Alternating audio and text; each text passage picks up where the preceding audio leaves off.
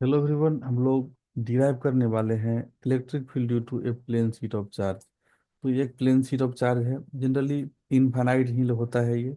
Infinite plane sheet of charge नहीं भी mention रहेगा तो हम लोग इनफाइनाइट प्लेन शीट चार्ज लेंगे। तो इसका हम लोग कुछ surface charge density sigma zoom कर लेते हैं इस इनफाइनाइट प्लेन शीट का। अब देखिए यहाँ पर हम लोग को सपोज कुछ डिस्टेंस पर फाइंड करना है इलेक्ट्रिक फील्ड। तो हम लोग क्या करेंगे, एक सिमेट्रिकल सरफेस बनाएंगे इस प्लेन शीट के अराउंड, जो कि इस पॉइंट से भी पास करे जहां पर फाइंड करना है इलेक्ट्रिक फील्ड। तो कैसा सिमेट्रिकल सरफेस बनेगा? डेफिनेटली एक जो ये सिलेंडर दिख रहा है आपको, ये सिलिंड्रिकल सरफेस ही बनेगा जो इसके अबाउट सिमेट्रिक हो, ये प्लेन शीट के अबाउट सिमेट्रिक हो।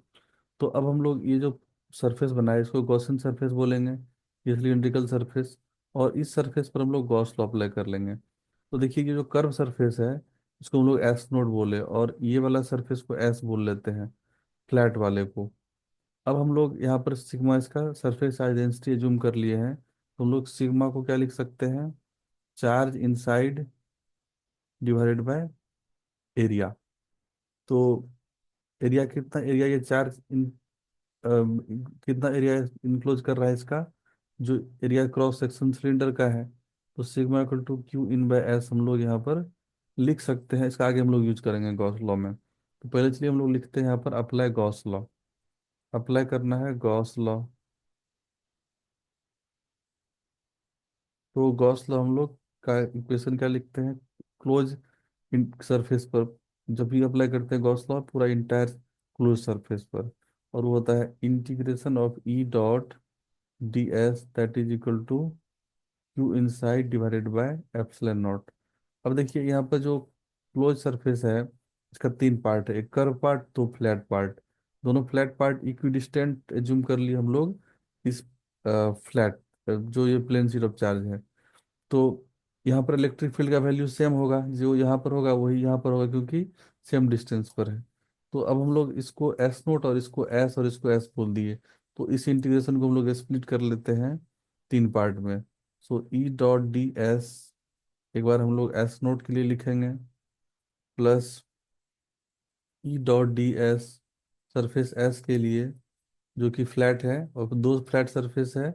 तो फिर से ई डॉट डी एस एक आएगा और इसका वैल्यू हो जाएगा Q in side by epsilon naught. अब कितना चार्ज ये सरफेस इंक्लोज किया है जो क्रॉस सेक्शन है। तो हम लोग का सरफेस आइडेंटिटी सिग्मा है, वो होता है चार्ज बाय सरफेस एरिया। तो भी हम लोग लिखे जस्ट यहाँ पर sigma equal to charge by q in by s. तो क्यू इन का वैल्यू हम लोग यहाँ पर से लिख सकते हैं क्या, सिग्मा इंटू एस।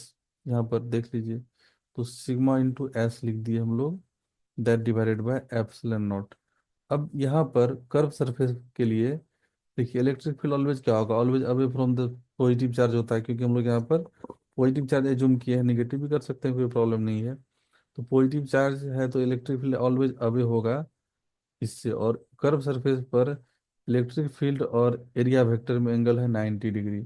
तो जब भी कर्व सरफेस के लिए हम लोग इसको इंटीग्रेट करेंगे तो ई डॉट डी एस का वैल्यू जीरो हो जाएगा, क्योंकि थीटा यहाँ पर आएगा 90 डिग्री और डॉट प्रोडक्ट हो जाता है जीरो।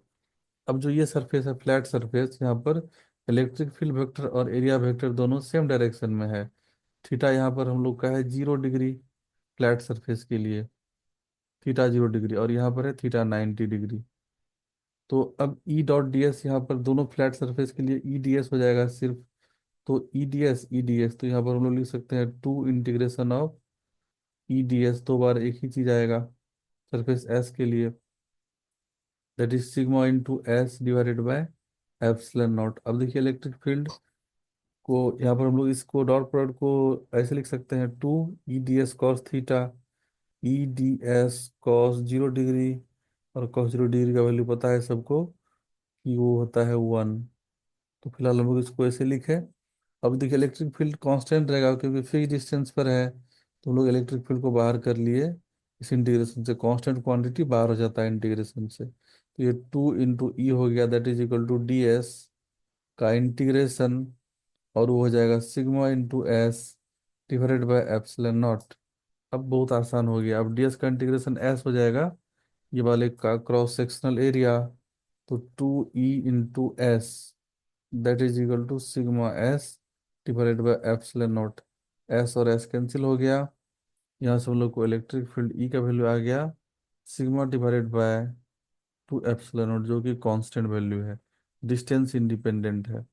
तो ये था electric field due to plane sheet of charge. I hope ये सबको समझ में आया होगा। इसका ग्राफ भी आप ड्रॉ कर सकते हैं यहाँ पर। इलेक्ट्रिक फील्ड कांस्टेंट रहेगा, डिस्टेंस इंडिपेंडेंट रहेगा।